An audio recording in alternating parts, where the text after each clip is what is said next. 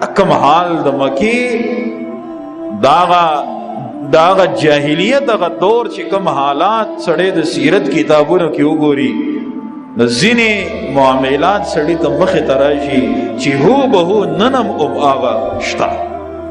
دا څومره د زندګي د الله بنده ښه په خوشحالۍ تېره کړه. پردو لوڼو ته د خپلو لوڼو په نظر وګوره، ستینګوریانې دي، د خپلو لوڼو په نظر وته هغې له پکار دي چې هغې تا ته د مور او د خپل مور او پلار په نظر باندې وګوري، نو معاملات به ټیک شي.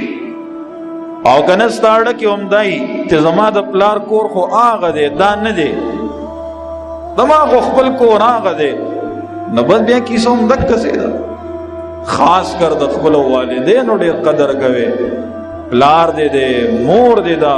قرآن دومره پورې وی فلا تقل لهما اف، اے د دې مخامخ د خولې نه اف هم مه راوباسه. د دې څه مطلب شو؟ کله کله سړي ته تکلیف یې که نه، د تکلیف در باندې راغو نو د مور مخامخ د پلار مخامخ د تکلیف هغه آواز هغه اف هم د خولې نه مه راوباسه، ځکه ته به اف راوباسې خو دې سره ستا دې والدینو ته څه رسېږي؟ تکلیف رسېږي.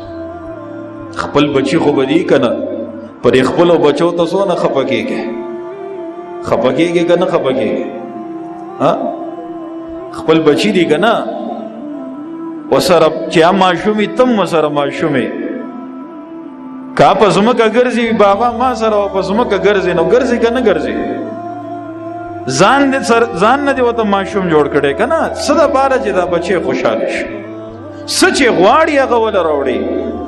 دا ټولې قیسې او دا ټول معاملات تا سره ستا دې والدینو تېر کړي دي. ګورې ته هم دومره نه پیدا شوې، ته هم دکه حال ستا او هم داسې راغلی.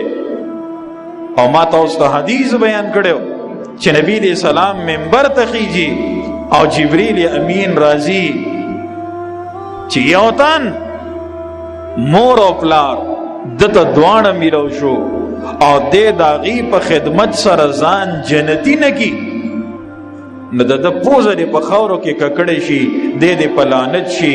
نبی علیہ السلام پې آمین ویلی. خاص کر کوشش کوئ د چا والدین خفه دي بالکل لاړ شه، خپو کې ورته کښېنه، اے ځان ورته ذلیله کا.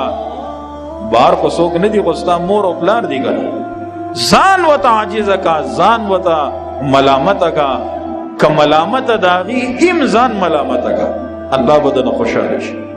چې تا ته په دې میاشت د مغفرت کې، په دې عشره د مغفرت کې مغفرت او بخنه ونه شي، نو بیا ستا د دې روجو د دې دومره احسانات او د انعامات او د الله څه فایده شو؟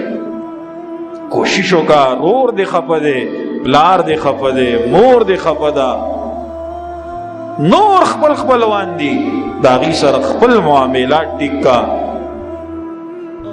بخنه ترې وغواړه چې الله دنه څه شي؟ الله دنه خوشحاله شي.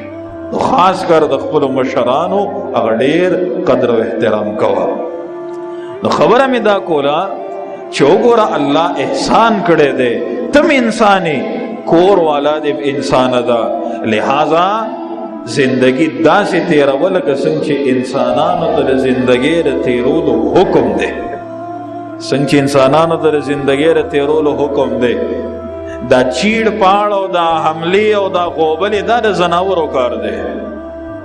دې شله پیدا دي، ته چې سله پیدایي رحم، مهربانتیا، دوستی، احسان، ته دغې شله پیدایي، نو دغې طریقو سره څوک زندگی تیره کا. ستا زندگی به د راحتي او چې څومره جنگ جګړې سیوای زندگی به د پریشانۍ وي. دا داسې که نه ده؟ لکه ته یو ورځ کور کې جنگ وکړه، زندگی د پریشانۍ ده. او چې څومره مینې محبت سره وخت تېرېږي، د دومره هغه کور کې خوشحالي وي او احسانات او د الله د طرف نه رحمتونه او برکتونه وي.